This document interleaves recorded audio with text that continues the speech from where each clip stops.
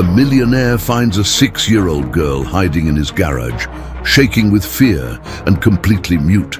He takes her inside, offering food and shelter, but she remains in absolute silence. The next morning, she appears beside his bed, watching him. When he finally convinces her to draw something on paper, what she draws leaves him speechless. The rain hammered the roof of the black Mercedes like desperate fists begging for shelter. Edward Stone drove through the deserted city streets, his tired eyes reflecting the lonely flicker of traffic lights in the early Tuesday morning. At 42, he had built a financial empire few could rival, but at that moment, all he felt was the familiar weight of loneliness pressing on his chest like an invisible hand. The mansion gate opened automatically, recognizing his approach. Edward parked in the spacious garage, where 5 other luxury cars remained impeccably lined up, like soldiers in formation. The automatic lights flickered on, bathing the space in a cold, white glow that made his temples throb even harder. 16 hours of consecutive meetings had left his mind in tatters, but this was what kept the ghosts of the past at bay. He turned off the engine and remained seated for a few moments, listening to the sound of the rain against the metal roof. His routine was always the same: arrive home, take a scalding hot shower, check the Asian markets, and fall asleep with his laptop still open on his chest. It was an organized, predictable life, utterly devoid of anything that could hurt him again. As he got out of the car, something in the darkest corner of the garage caught his peripheral vision. A small shadow that shouldn't have been there. Edward frowned, adjusting his glasses to see better. His steps echoed on the concrete as he approached cautiously, his heart accelerating for reasons he couldn't comprehend. That's when he saw her. A small girl, perhaps 6 years old, was huddled behind his abandoned exercise bikes. Her clothes were drenched and dirty, clinging to her thin body that trembled uncontrollably.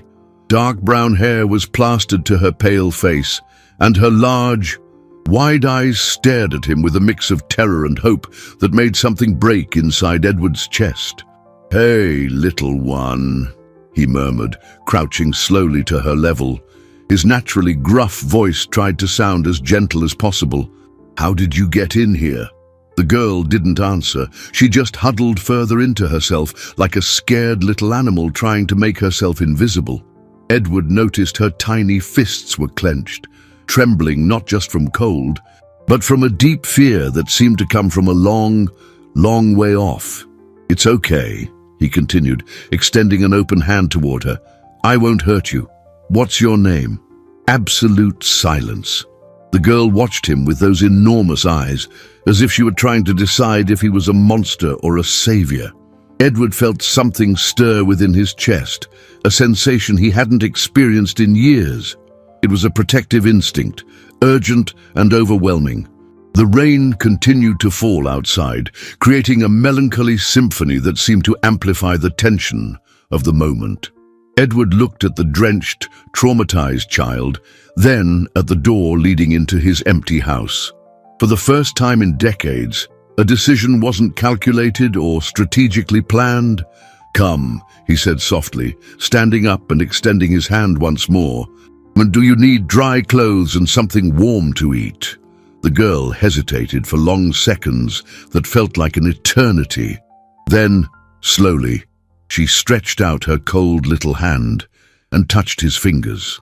Edward felt an electric shock run through his arm, not from pain, but from a connection he couldn't explain.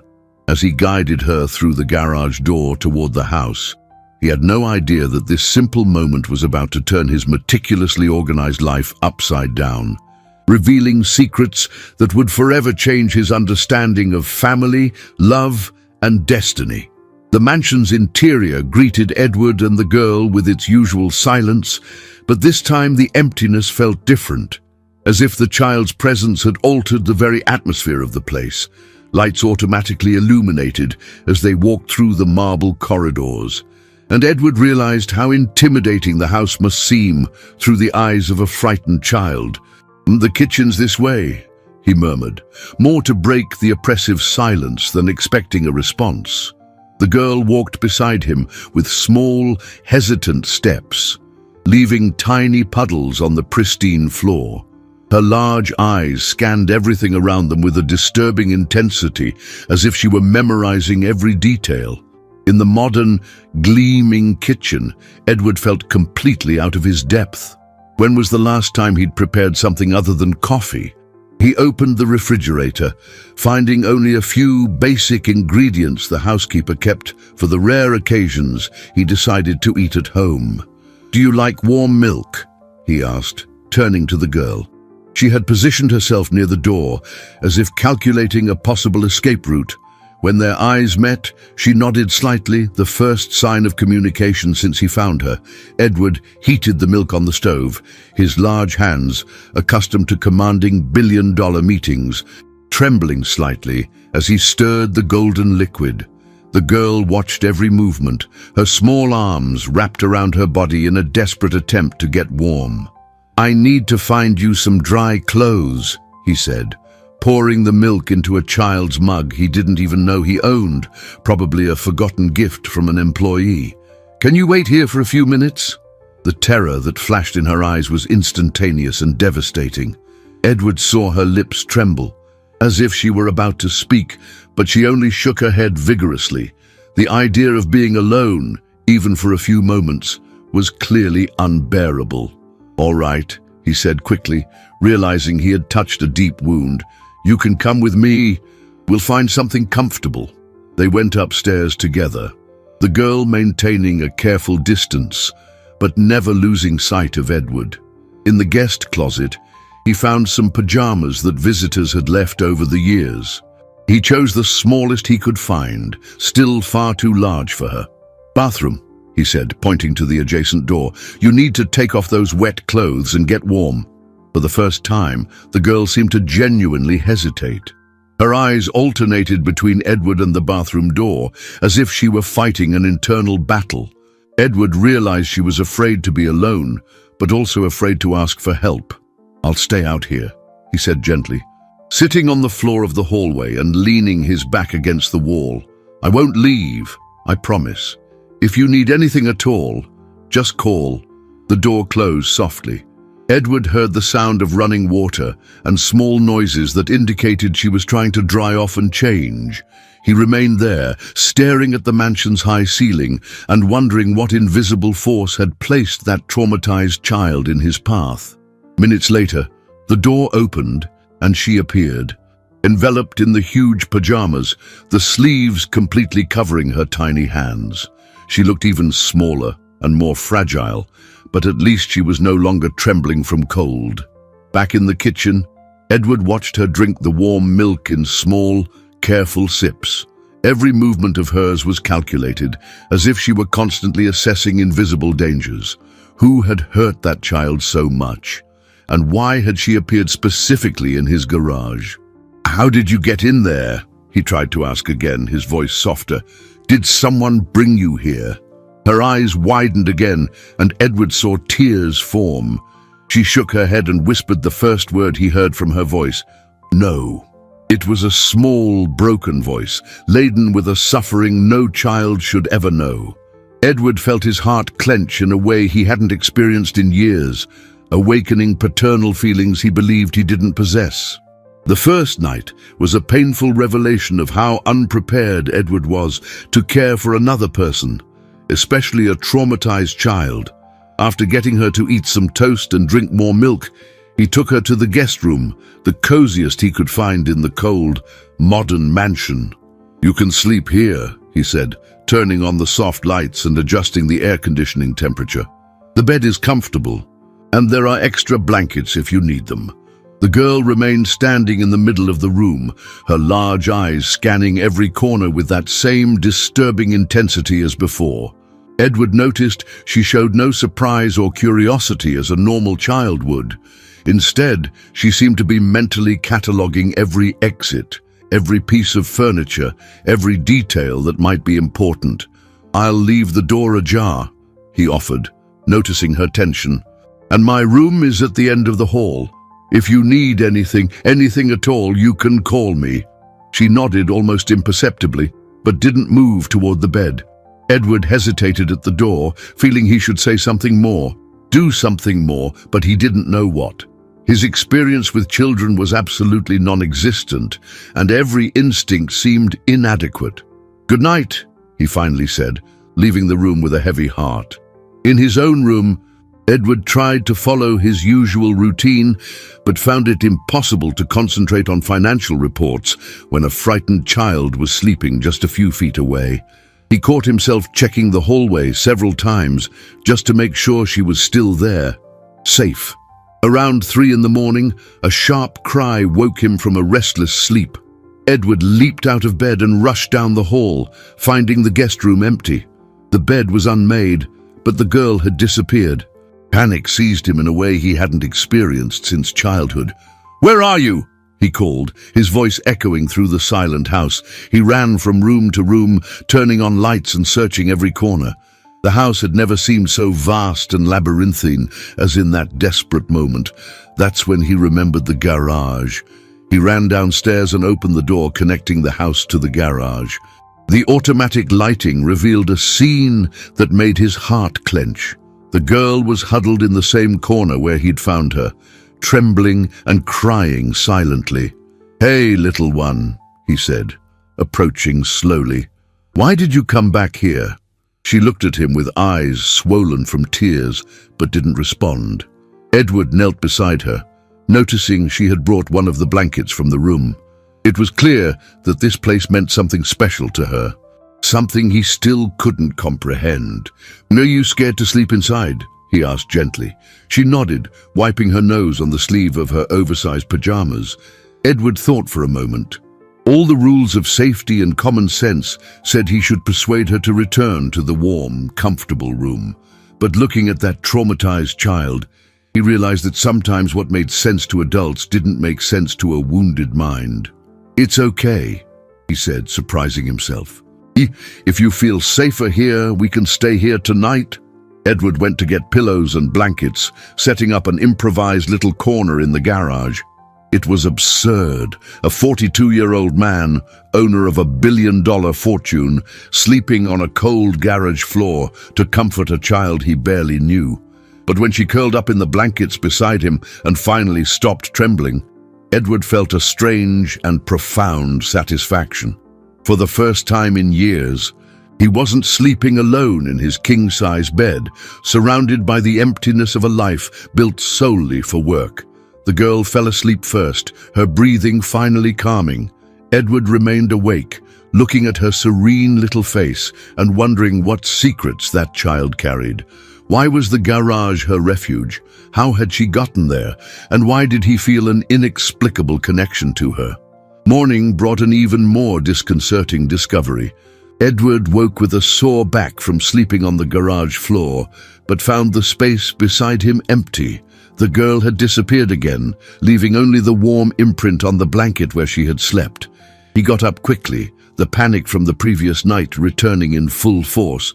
But this time, instead of searching throughout the house, something led him directly to his bedroom. He took the stairs 2 at a time, his heart pounding. His bedroom door was ajar, and when he pushed it open completely, the scene he found left him completely speechless. The girl was there, standing beside his bed, watching him with those large, penetrating eyes. There was no malice in her gaze, only an intense curiosity, as if she was studying something profoundly important. "How did you get in here?" Edward asked, his voice still rough with sleep. She didn't answer, just kept staring at him. That's when he noticed something that made his blood run cold. She knew exactly where his room was. She hadn't hesitated, hadn't searched. She had gone straight to the right place. During breakfast, Edward observed discreetly as she navigated the kitchen with a disturbing familiarity. She knew where the glasses were, opened the correct drawer for a spoon, instinctively avoided the noisy cabinet. Every movement was too precise for a child who supposedly had never been there before. "Have you been in this house before?" he asked, trying to keep his tone casual. Her reaction was immediate and alarming. Her eyes widened with terror, and she shook her head vigorously, spilling milk on the table. "No, no, no," she murmured quickly, the first complete words Edward heard from her. But there was something in her desperate denial that sounded more like fear of admitting the truth than an honest answer. Edward spent the day working from home, a decision he justified to himself as necessary due to the unusual situation. In truth, he couldn't imagine leaving the girl alone. He set up in his office, with a view of the garden, from where he could watch her playing discreetly in the living room. It was during the afternoon that he noticed another odd behavior. The girl completely avoided certain areas of the house. She never approached the library, automatically veered away from the hallway leading to the west wing, and when Edward suggested they explore the sunroom, she recoiled as if she had seen a snake. "Don't you like plants?" he tried to joke, but she just shook her head and hid behind the sofa. There were specific memories connected to those places, memories that terrified her deeply. Late in the afternoon, while trying to work, Edward heard a noise coming from the living room. He found the girl rummaging through a drawer in the bookshelf, her small fingers searching for something specific. When she saw him, she froze like a child, caught doing something forbidden. "What are you looking for?" he asked, approaching slowly. She quickly closed the drawer and backed away. But Edward had enough time to see that she had found exactly what she was looking for, a small wooden box where he kept some old photos.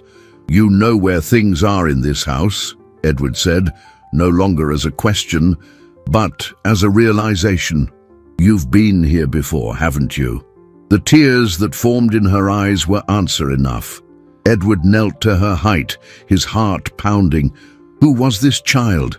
How did she know his house so intimately? And why had she returned, traumatized and alone, to a place that clearly evoked both fear and familiarity? "It's okay," he said gently, extending his hand. "I'm not angry. I just want to understand." But the girl just shook her head and ran to the garage, leaving Edward alone with more questions than answers, and a growing certainty that her appearance had been no coincidence. Something far larger and more complex was unfolding, and he was only beginning to scratch the surface of a mystery that would change his life forever. The third day brought a revelation that completely changed Edward's perspective on the situation. He had spent the entire night thinking about the girl's disturbing familiarity with his house, and in the morning he made a decision he knew was risky, but necessary. "Little one," he said during breakfast, choosing his words carefully, "I need to make some calls today.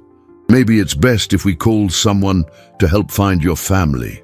The reaction was instantaneous and devastating. The girl dropped her glass of milk, which shattered on the floor, and recoiled against the wall like a cornered animal. Her eyes widened with absolute terror, and she began shaking her head frantically. "No!" she shrieked, her voice sharp with despair echoing through the kitchen. "You can't call! You can't!" Edward approached slowly, hands extended in a reassuring gesture. "It's okay. I won't call anyone if you don't want me to, but I need to understand why." "Not the police," she whispered desperately, the first complete words she spoke without being prompted. "You promised no police." The word police left her lips like poison. Edward felt a chill run down his spine, realizing she wasn't just afraid of strangers. She was specifically terrified by the idea of authorities. Someone had taught that child to fear the very people who should protect her. "Who told you not to talk to the police?" he asked gently, cleaning up the broken glass while she remained plastered to the wall. She pressed her lips together and shook her head, but Edward saw tears streaming down her cheeks.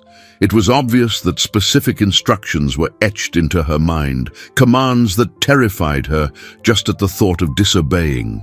"No one will call the police," Edward promised, and he felt something clench in his chest as he made that promise. He was officially crossing a complex moral line. He had a clearly traumatized child in his house, without knowing her origin, and now he was promising not to involve the authorities. During the rest of the morning, Edward watched as she gradually calmed down, but remained more vigilant than in previous days. Every noise made her startle. Every phone ring made her tense. She was constantly on high alert, as if expecting someone to come for her at any moment.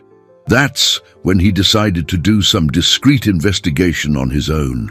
While she rested in the living room, Edward locked himself in his office and began searching missing children databases.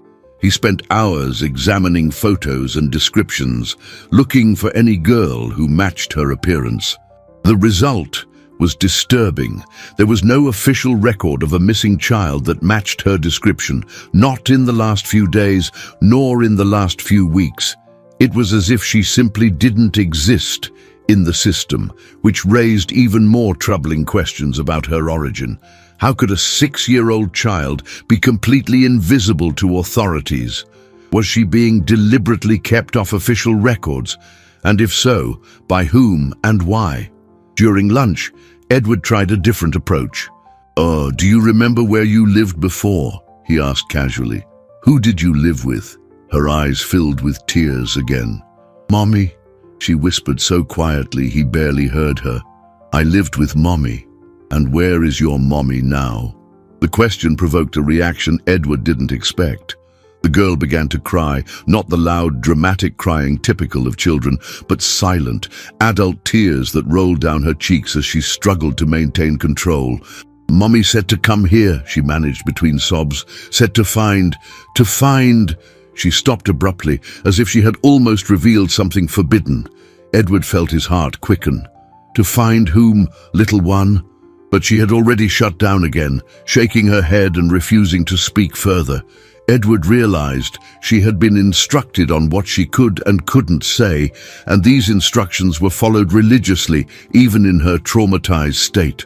That afternoon, while watching the girl draw with crayons he had found in a drawer, Edward realized a disturbing truth. He was growing more attached to this mysterious child than he had ever been to anyone in his adult life. The fourth day revealed even more disturbing aspects of the girl's behavior. Edward woke again to find her watching him sleep, but this time he noticed something different. She didn't seem surprised or curious about the surroundings. Her eyes scanned the room with the familiarity of someone who had been there many times before. "Do you always wake up early?" Edward asked, sitting up in bed. It was an attempt to normalize the strange situation of waking up with a child watching him. She nodded and, for the first time, offered information voluntarily. "Mommy woke up early too. For work." "What kind of work did your mommy do?" Her eyes closed for a moment, as if accessing painful memories. "Cleaned houses, big houses like this one." Edward felt his blood run cold. She cleaned this house. The question provoked the now familiar reaction, terror in her eyes and desperate denial. But this time, Edward paid attention to the details. She wasn't denying it because it was a lie. She was denying it because she had been instructed to deny it. During breakfast, Edward decided to test a theory. "How about we take a walk through the house? You can show me which room you like best." She hesitated, but agreed. As they walked through the corridors, Edward closely observed her reactions.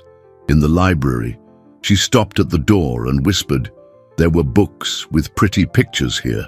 But when he asked how she knew that, she retreated into fearful silence. In the sunroom, which she had avoided on previous days, her reaction was even more telling. She stopped at the entrance and pointed to a specific corner. The rocking chair used to be there. Edward looked at the empty spot, feeling a chill. There had indeed been a rocking chair in that corner, but he had removed it years ago. "How do you know about the chair?" The tears returned instantly. "I don't know," she murmured. "I don't remember." But Edward knew she remembered perfectly. Someone had ingrained in that child's mind that certain memories were dangerous, that certain knowledge could not be admitted. In the afternoon, while she slept in the living room, Edward decided to search his company's archives. If her mother had worked as a housekeeper, there might be records in the human resources departments of the various properties he owned. It was on a list of employees from 6 years ago that he found something that made his blood run cold. Among the housekeepers hired for the cleaning of his main residence was the name Ana Santos, a 28-year-old woman, with an attached photo that showed physical features strikingly similar to the girl's. Edward studied the photo for long minutes. The eyes were identical, the same curve of the lips, the same delicate line of the chin. It couldn't be a coincidence.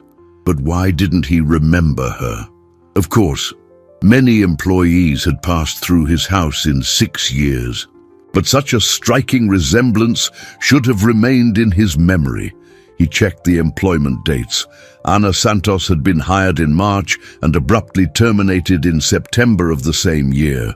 There was no explanation for the termination, just a terse note: termination by mutual agreement. When the girl woke, Edward observed her with different eyes. "What was your mummy's name?" he asked casually. "Anna," she replied without hesitation. Then her eyes widened as if she had said something forbidden. "Ana Santos." The terror that passed through her little face confirmed everything.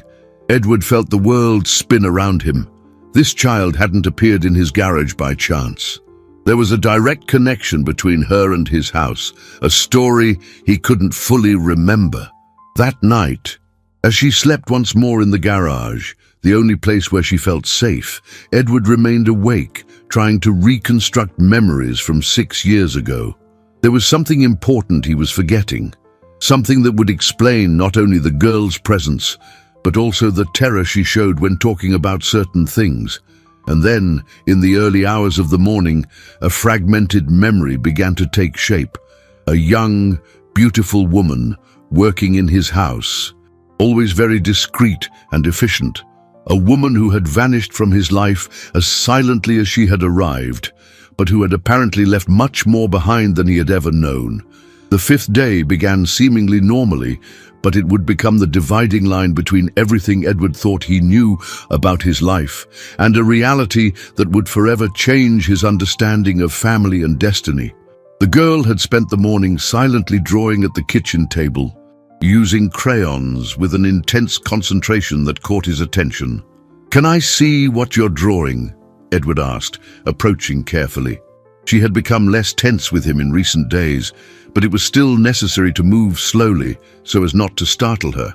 She hesitated for a moment, then pushed the paper toward him. Edward looked at the drawing and felt the world completely stop around him. It was simple, made with childlike strokes, but unequivocally clear. A stick figure of a small girl holding hands with a tall man in front of a big house. What made his heart nearly stop was the man's face. She had drawn glasses, dark hair, and even the small mole he had on his chin. "Who are these people in the drawing?" Edward asked, his voice coming out weaker than he intended. The girl pointed to the small figure. "Me." Then she pointed to the man. "Daddy." The word hit Edward like a lightning bolt. He stared at the drawing, then at the girl, then back at the paper. The man in the drawing didn't vaguely resemble him. It was unmistakably him, drawn with details that only someone who knew him intimately could know. "Your daddy," Edward repeated, feeling his legs weaken. You know me." Tears began to stream down her face. "Mommy said to find the daddy of the big house. She said Daddy would take care of me if something happened to her." Edward knelt beside the chair, his hands trembling. "What happened to your mommy?" "She's sick," the girl whispered. "Very sick. She said she couldn't take care of me anymore. She said to come here and wait for Daddy to find out." "Find out what?" She looked at him with those large, vulnerable eyes, laden with a truth Edward was not yet prepared to fully face. "That I'm your little girl." The world fragmented around Edward. Memories he had suppressed or simply forgotten began to return like an emotional avalanche. Ana Santos, the beautiful and discreet housekeeper. A few weeks of casual conversations that turned into something deeper. Nights when he came home late and found her still working. Her shy smile, the way her eyes lit up when he entered the room, and then he remembered the last time he saw her. She had seemed different, more distant, as if carrying an enormous burden. She had said she needed to leave, that she had found another job. He hadn't questioned it, after all.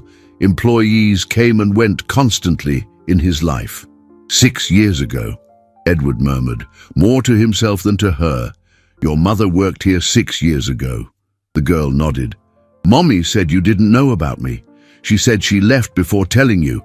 Because she was scared. Scared of what? Scared you wouldn't want a little girl you didn't know. The words hit Edward square in the chest, like a sharp blade. He looked at that child, his daughter, and saw not only Anna's physical features, but also some of his own characteristics. The shape of her eyes, the line of her eyebrow, even the way she tilted her head when she thought. Why did she bring you here now? He managed to ask. She didn't bring me, the girl said, her voice growing even smaller. I came alone. Mommy's in the hospital. She said the address so many times I memorized it. She said to come if she didn't come home. Edward felt a wave of panic mixed with an overwhelming tenderness. His daughter, had traversed the city alone, a 6-year-old navigating dangerous streets to get to him because her mother was dying and there was no one else to care for her. How long have you been waiting in the garage? 3 days before you got here. I slept behind the cars and drank water from the faucet. The revelation was like a punch to the gut. She had spent 3 days alone and terrified, waiting for him. And when he finally came home on that rainy night, he had found his own traumatized, desperate daughter. Edward gently pulled her into a hug, feeling how she melted against him for the first time since he found her. And I'm so sorry, he whispered into her hair. I'm so sorry for not knowing, for not being there when you needed me. And at that moment, holding his daughter in his arms, Edward Stone understood that everything in his life had changed forever. The discovery that he was a father transformed Edward into a completely different man. In the hours that followed the revelation, he cancelled all meetings, ignored urgent calls, and dedicated himself entirely to understanding the situation of Anna and his daughter. His daughter. The word still felt strange in his mind, but it carried a devastating mix of terror and a joy he hadn't known was possible. What's the name of the hospital where your mommy is? Edward asked, kneeling to the girl's height. She had become more communicative after revealing the secret she carried, as if an enormous weight had been lifted from her small shoulders. St. Francis Hospital, she replied, wiping her nose on her sleeve. It's far from home. Mommy said she was going for a special treatment. Edward knew the hospital. It was a public institution that treated serious cases, especially cancer. His heart ached imagining Anna alone, sick, worried about her daughter's future. How brave she must have been to keep the pregnancy a secret all these years, and how desperate it must have been to make the decision to send the girl to find him. What's your name, little one? Edward asked, realizing that in all these days he had never discovered this basic information. Sophia, she said timidly. Sophia Stone. Sophia, Edward repeated, testing the name on his tongue. It was beautiful, delicate, perfectly suited for her. That's a beautiful name. She smiled for the first time since he found her, a small, hesitant, but genuine smile. Mommy said she chose it because it means wisdom.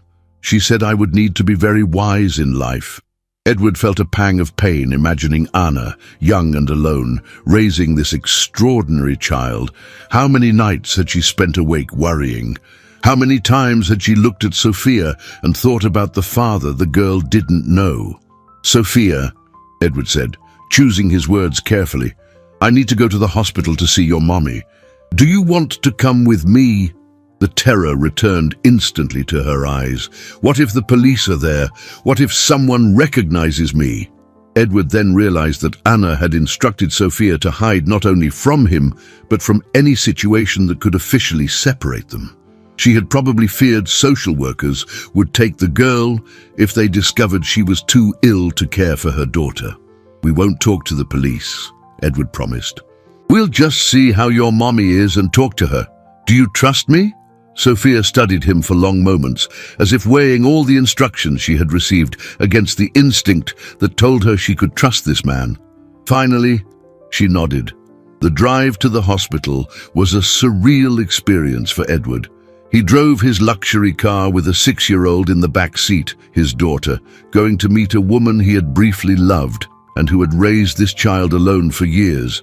His hands trembled on the steering wheel as he tried to process all the implications of the situation. Sophia remained quiet during the trip, but Edward saw her in the rearview mirror, watching everything with that characteristic intense attention.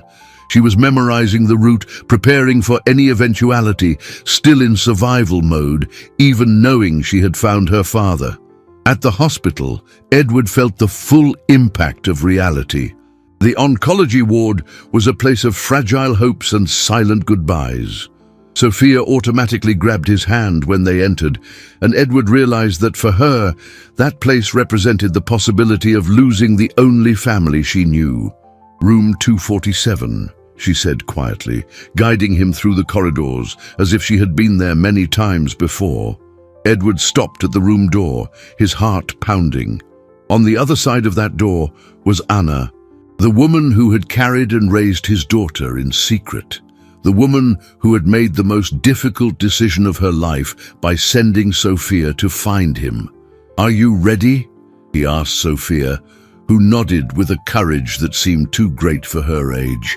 When they opened the door, Edward saw Anna for the first time in 6 years and immediately understood why she had sent Sophia to him. She was visibly frail, much thinner than he remembered. But her eyes still held the same sweetness that had drawn him years ago. When Anna saw them enter together, she began to cry. The silence in the hospital room was laden with 6 years of secrets, regrets, and unexpressed love. Anna lay in bed, visibly frail, but her eyes held the same intensity Edward remembered. When she saw Sophia run towards her, her face lit up with a mix of relief and profound sadness. "My little one," Anna whispered, hugging Sophia with a strength that seemed impossible for someone so debilitated. "You made it. You found Daddy." Edward remained standing at the door, emotionally devastated by the scene. Seeing the two of them together, mother and daughter embracing after days of separation, made him understand the magnitude of the sacrifice Anna had made. She had sent her daughter to a stranger, even if that stranger was the biological father, because she knew it was Sophia's only chance for a secure future. "Anna," Edward finally said, approaching the bed, "why didn't you tell me?" Anna looked at him with tear-filled eyes. "Because I was scared," she admitted. "You were my employer, an important, wealthy man. I was just a housekeeper. I thought you'd think I was trying to take advantage of the situation." "That would never have happened," Edward said, his voice heavy with emotion.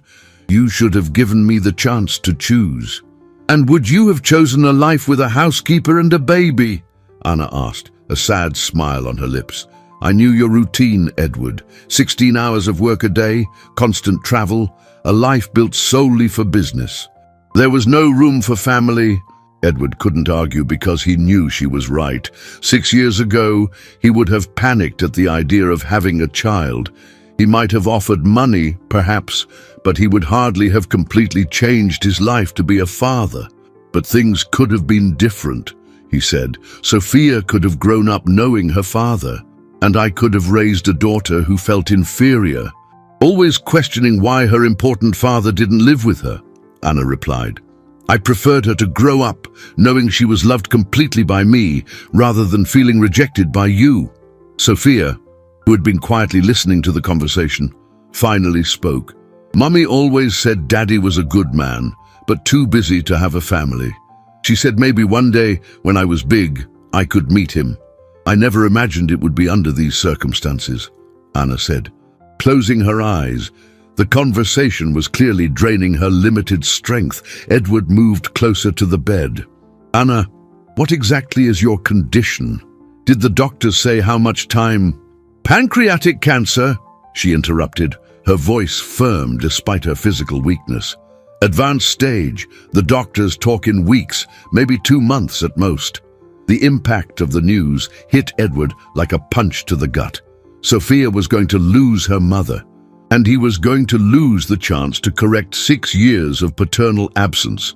But more than that, an extraordinary woman who had raised a wonderful daughter alone was dying. "Is there any experimental treatment? Anything we can try?" Edward asked desperately. Anna smiled tenderly. "I've tried everything possible. That's why I'm here. I spent all my savings, sold everything of value. That's why I sent Sophia to you. There was no one else, Edward. My parents died when she was a baby. I have no siblings. You're the only family she has." Edward felt the weight of responsibility settle on his shoulders. It wasn't just a matter of having discovered he was a father. He was becoming solely responsible for a traumatized child who was about to become an orphan. "I want to take care of her," Edward said, surprising himself with the firmness of his own voice. I want to be the father I should have been from the start." "Are you sure?" Anna asked, studying his face. "Being a father isn't just about giving money and education. Sophia will need love, patience, presence. She'll need you to completely change your life." Edward looked at Sophia, who watched them with those large, vulnerable eyes. "It's already changed," he said. "From the moment I found her in the garage, my life has already completely changed." Anna smiled, and for the first time since they entered the room, Edward saw peace in her eyes. "She's a special girl, Edward. Smart, sensitive, brave, but also traumatized by everything she's been through. She'll need a lot of love and patience." "She'll have it," Edward promised, extending his hand to touch Anna's. "Yeah, I promise I'll take care of her as you did." The days that followed the hospital visit were an emotional roller coaster for Edward. For the first time in his adult life, he woke up thinking about someone other than himself. Sophia had become the center of his universe, but being a father proved more challenging than any billion-dollar negotiation he had ever conducted. "I don't want to wear this outfit," Sophia said on the morning of the 7th day. Refusing the pretty dress Edward had bought for her, it was the first time she had shown any kind of childhood tantrum, and he had no idea how to react. "Why not? It's pretty," Edward said, genuinely confused. In his logical businessman's mind, a pretty, expensive outfit should be automatically accepted. "It's too pretty," Sophia explained with the seriousness of a miniature adult. "Mommy said that very pretty clothes attract attention, and attracting attention is dangerous." Edward felt his heart clench. Even in simple things like choosing clothes, Sophia carried the fears that Anna had instilled in her to keep her safe. He knelt to her height, trying to find the right words. "Sophia, you don't have to hide anymore," he said gently. "Now you're safe with me. You can wear pretty clothes, you can play in the garden, you can be a normal kid." She looked at him with those large, skeptical eyes. "Mommy said rich people don't like poor children. She said I should be invisible if I came here." The observation was like a stab to Edward's chest. Anna had prepared Sophia to be rejected by him. "Your mommy was trying to protect you," he explained. "But now you are my daughter, and you'll never have to be invisible again." During breakfast, now a sacred ritual they shared every morning, Edward tried to establish some routine. He discovered that Sophia had specific preferences. She didn't like orange juice, loved toast with butter, but refused anything that seemed too expensive or elaborate. "Can I turn on the TV?" she asked timidly. "Of course," Edward said, handing her the remote control. Sophia stared at the device as if it were a museum piece. "Didn't you watch TV at home?" "We didn't have one," she admitted. "Mommy said it was too expensive. Sometimes we watched at the neighbor's house, but only cartoons." Edward realized the chasm between his reality and Sophia's. While he owned 5 enormous televisions scattered throughout the house, his daughter had grown up without access to the most basic entertainment. How many other simple things had she missed because of Anna's financial situation? "Want to choose a channel?" he offered. Sophia navigated the channels with curiosity, stopping on a cartoon. Edward sat beside her on the sofa, watching her eyes light up with the bright colors of the screen. "Daddy," Sophia suddenly said, using the word naturally for the first time. Edward felt a wave of emotion so intense that he had to blink several times to hold back tears. "Yes. Are you going to leave me when Mommy goes to heaven?" The question hit Edward like a lightning bolt. Sophia, at 6 years old, had already understood that Anna was dying, and her greatest fear was not death itself, but the abandonment that might follow. "Never," Edward said, pulling her closer. "You're my daughter forever. No matter what happens, I will always take care of you. Promise. I promise." That afternoon, when they visited Anna again, Edward noticed how she had visibly worsened in just 2 days. Sophia noticed too, clinging to her mother's hand with silent desperation. "How are you two adjusting?" Anna asked, trying to keep her tone light despite her condition. "Sophia is teaching me how to be a dad," Edward said, trying to smile. "It's been an interesting experience." Anna laughed, a weak but genuine sound. "She was always my teacher too. Children have this ability to teach us things we didn't know we needed to learn." "Mommy," Sophia said suddenly, "can I ask something?" "Of course." "My love, why didn't you tell Daddy about me when I was born?" Anna exchanged a look with Edward. "Because sometimes adults make mistakes trying to protect the people they love," she said carefully. "I thought I was doing what was best for you and for him." "But is it all right now?" Sophia asked. Edward reached out and touched his daughter's face.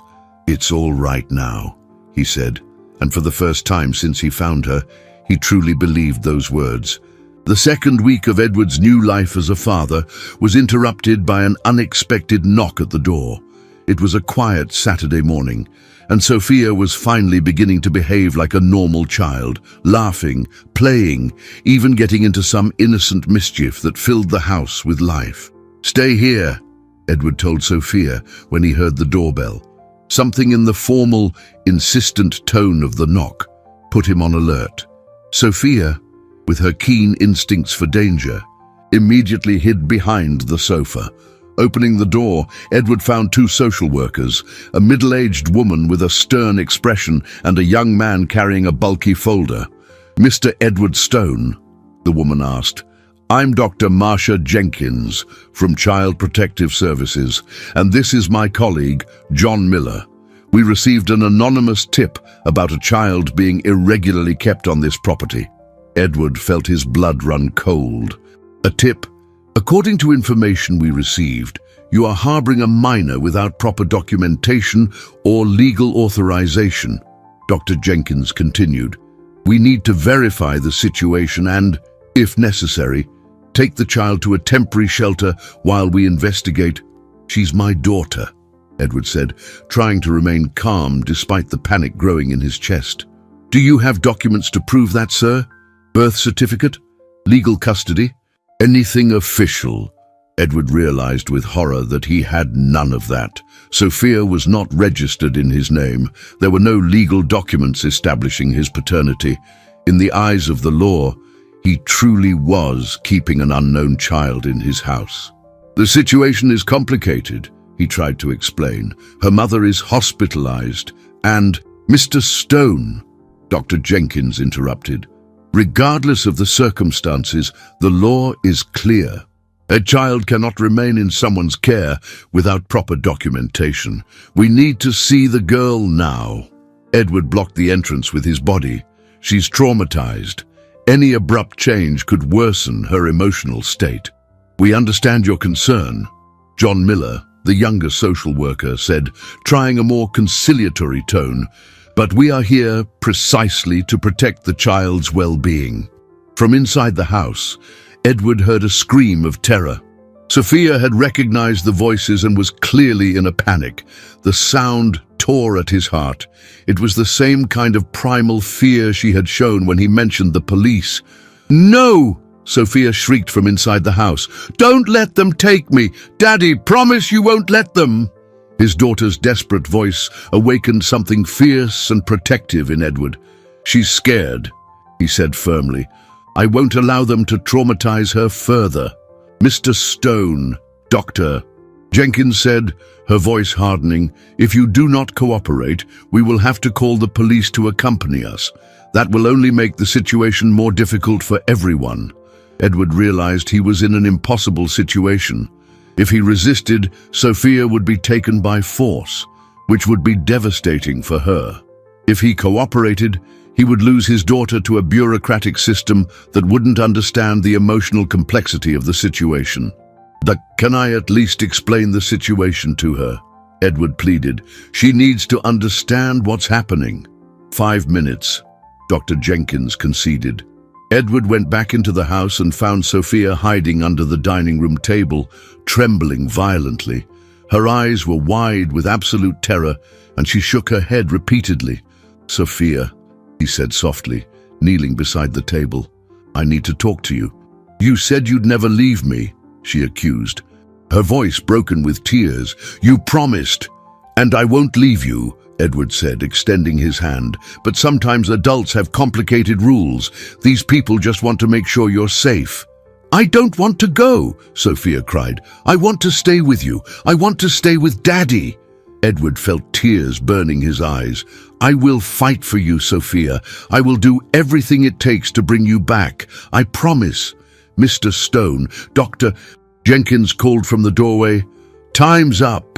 Edward looked at his daughter, then at the social workers waiting at the door. It was the hardest decision of his life. Traumatize Sophia by allowing them to take her, or traumatize her even more by resisting until they brought the police. "Sophia," he said, his voice heavy with emotion, "remember when your mommy taught you to be brave?" She nodded through her tears. "I need you to be brave now, for a short time. Daddy will fix everything and come get you soon, very soon. Promise." "I promise with my life." Watching Sophia being led away by the social workers was the most painful experience Edward had ever lived. She looked back through the window of the official car, her silent tears breaking his heart into 1,000 pieces. Edward remained standing at the door until the car disappeared, then ran for the phone. He had work to do. Edward turned into an obsessed man.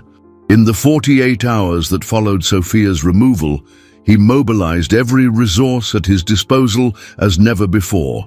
Lawyers worked in shifts, private investigators scoured documents, and Edward used every influential contact he had to expedite processes that would normally take months. "I need an urgent paternity test," he told Dr. Martinez, his most seasoned attorney, during a 2 a.m. meeting in his office. "And I want the temporary custody documentation ready for when the result comes out." "Edward, even with all our contacts, that takes at least a week," Dr. Martinez explained. "And we still have to deal with the fact that you kept the child without notifying the authorities." "I don't care," Edward said, his voice laced with fierce determination.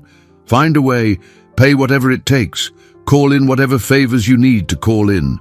My daughter is in a shelter, traumatized and thinking I abandoned her." While the lawyers worked, Edward did something he had never done. He personally visited the shelter where Sophia was. He couldn't see her yet.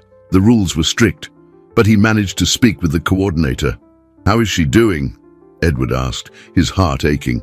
"She's not adjusting well," admitted the coordinator, a kind, elderly woman named Sister Clara. "She doesn't speak to anyone, refuses to eat, spends all day drawing the same picture, a man and a girl holding hands." Edward clenched his fists. "She needs to understand that I didn't abandon her." "Mr. Stone," Sister Clara said gently, "I see many children pass through here. This girl isn't reacting like a child who was separated from a stranger. She's reacting like a child who lost her father." The nun's words confirmed what Edward already knew. Sophia had attached herself to him with the same intensity he had attached himself to her. They were a true family, not just biologically, but emotionally. On the 3rd day, Edward received a call that changed everything. "Edward, Anna's weak voice came through the hospital phone. "I heard what happened to Sophia. Anna, I'm so sorry. I'm doing everything I can to bring her back. I need to tell you something," she said, her breathing labored. "About Sophia's birth certificate." Edward felt his heart quicken. "What about it?" I put your name as the father." Edward almost dropped the phone. "What?"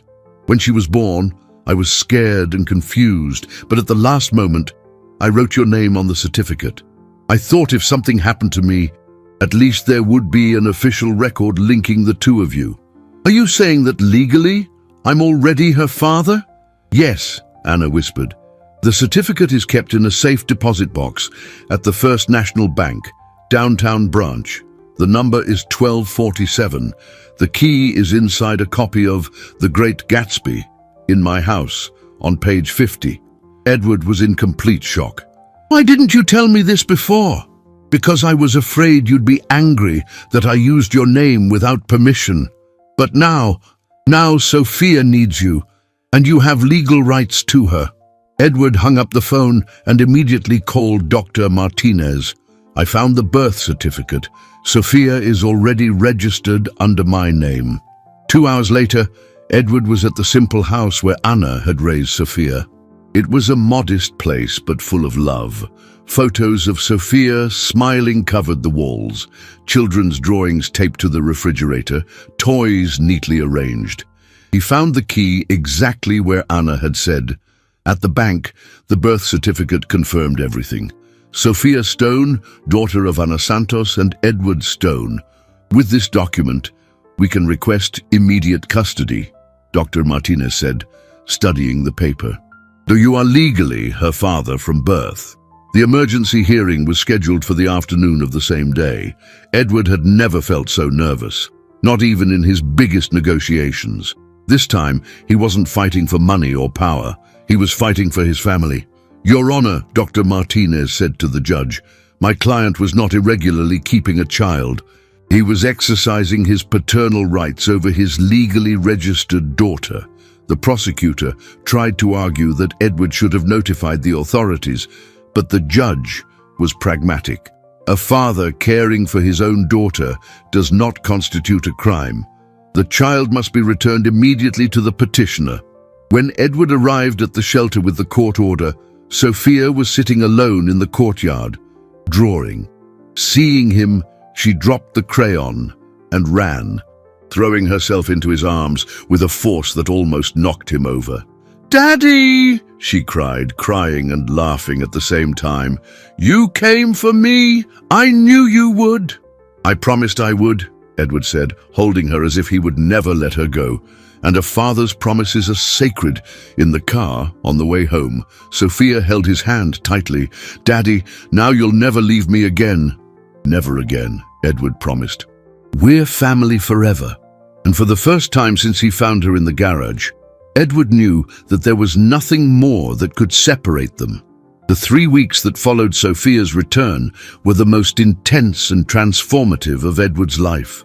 He had completely changed his routine, delegating most business responsibilities to dedicate himself fully to fatherhood.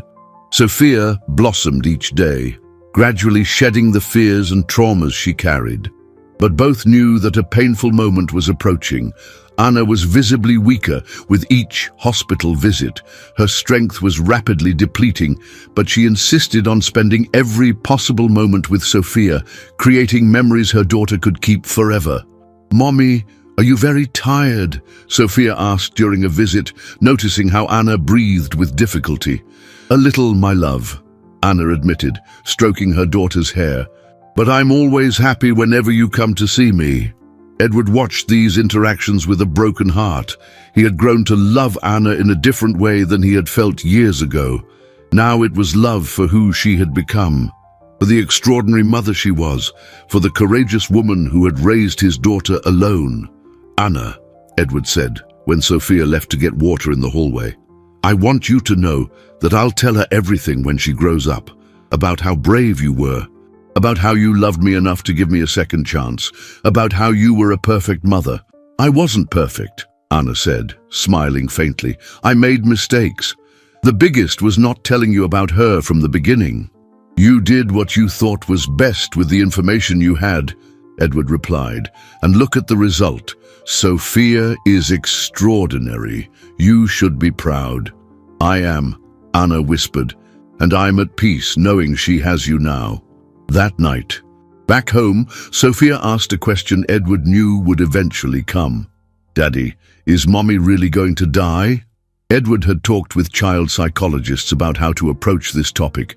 Yes, little one, she's very sick, and the doctors can't help her anymore. Sophia absorbed the information with an impressive maturity for her age. When she dies, will I only have you? You'll never be alone, Edward promised. And you'll always have Daddy to take care of you. And you won't die too. The question revealed Sophia's deepest fear. After losing her mother, also losing her newly found father, I'll live a long time to take care of you, see you grow up, graduate, get married, have children. I promise. In the 4th week, Anna entered critical condition. Edward and Sophia rushed to the hospital where they found doctors trying to stabilize her.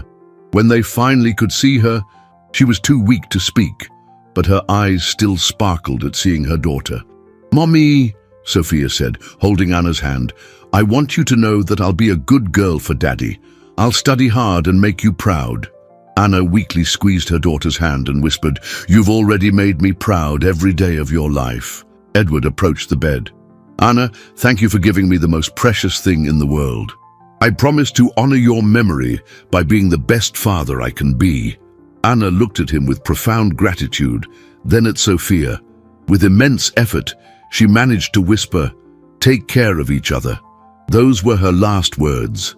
Ana Santos died silently the following morning, with Edward and Sophia sleeping in chairs beside her bed. The funeral was simple, but touching. Sophia, dressed in a blue dress Anna had chosen, held Edward's hand tightly throughout the ceremony. She didn't cry. She seemed to understand that her mother was finally at peace, free from the pain that had consumed her. Is she happy now? Sophia asked when they returned home.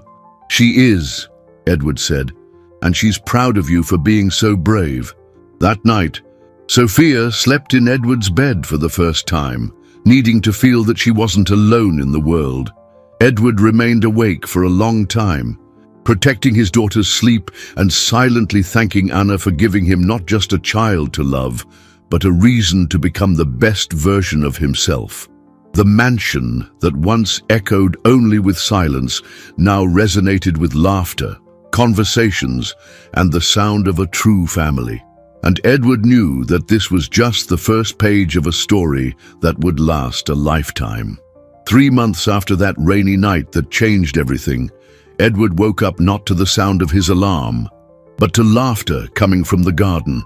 He looked out the window and saw Sophia playing with the butterflies, visiting the flowers they had planted together the week before. She wore a yellow dress.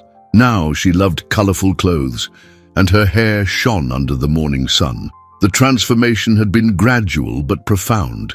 The scared girl who hid in the garage had become a joyful, confident child, full of curiosity about the world. And Edward, the workaholic businessman who avoided emotional ties, had discovered that being a father was the most rewarding and transformative experience of his life. "Daddy!" Sophia cried when she saw him at the window. "Come see, the flowers we planted are growing." Edward went down to the garden, where Sophia pulled him by the hand to show him each new leaf that had sprouted. She had become his little teacher about life's simple joys, how important it was to stop and watch a flower bloom or laugh for no specific reason. "They're beautiful," Edward said, genuinely admiring the tiny sprouts. "I think they'll produce very beautiful flowers." "Mommy said people are like plants," Sophia said, her voice serene. "They need love and care to grow beautiful." Edward smiled, touched by Anna's wisdom that continued to live through her daughter's words. "Your mommy was very wise." "She was," Sophia agreed. "And she was right about you too." "What did she say about me?" "That you had a big heart, but it was bruised and hidden. She said that when you found true love, you would be the best daddy in the world. Edward felt tears prick his eyes. Anna had seen potential in him that he himself didn't know he possessed, and through Sophia, she had given him the chance to discover who he truly could be. During breakfast, now a sacred ritual they shared every morning, Sophia announced, "Daddy, I want to have a party." "What kind of party?" "A party to celebrate our family," she said, as if it were the most natural thing in the world. "We can invite the people who like us." Edward realized that Sophia was right. They had become a real family, and that deserved to be celebrated. "I think that's a wonderful idea. Who do you want to invite?" "Sister Clara from the shelter, Dr. Martinez who helped us, Nurse Rose from the hospital who was kind to Mommy, and you can invite your friends too." The party happened the following weekend. Edward discovered he had more loved ones in his life than he imagined. Employees who became friends, neighbors he had neglected, colleagues who admired him not just professionally, but personally.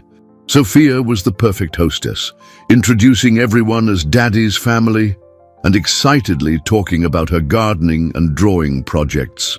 Edward proudly watched how his daughter had learned to be sociable and affectionate.